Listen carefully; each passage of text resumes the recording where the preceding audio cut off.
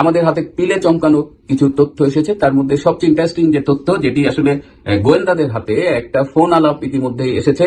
সেই ফোন আলাপে এই উপদেষ্টা নাহিদ খুব স্পষ্টভাবে সমন্বয়ক হাসিবকে বলছে যে সচিবালয়ের 7 নম্বর ভবনে স্পেসিফিক অ্যাকশন নিতে।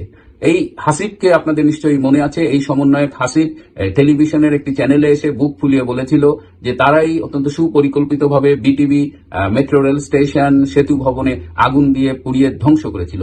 সেই হাসিবকেই এখানে উপদেষ্টা নাহিদ কাজে লাগিয়েছে সচিবালয়ের ভবনে আগুন লাগাতে। এবং এর সাথে আরো কিছু সমন্বয়ক জড়িত ছিল, যেমন সন্ত্রাসী সমন্বয়ক হাসনাত, সন্ত্রাসী সমন্বয়ক সার্জিস আলম, সার্ভিস বলে ফেলেছি, এই সার্জিস, এরা কয়েকজন জড়িত ছিল এবং এরা অত্যন্ত পরিকল্পিতভাবে তাদের এই পাপ ঢাকার জন্য এই কাজটা করেছে। টুডে অর টুমরো আমরা কিন্তু এই যে ফোন আলাপটা গোয়েন্দাদের হাতে পৌঁছেছে, এই ইথারের একটা সমস্যা হলো যে ইথারে যদি একবার কিছু থেকে যায় এটা কিন্তু আর ইরেজ করা যায় না, সামহাও এটা কোনো না কোনো ফর্মে প্রিজার্ভড হয়ে যায়। সুতরাং এই ঘটনার বিচার হবে, নাহিদ হাসিবদেরও বিচার হবে।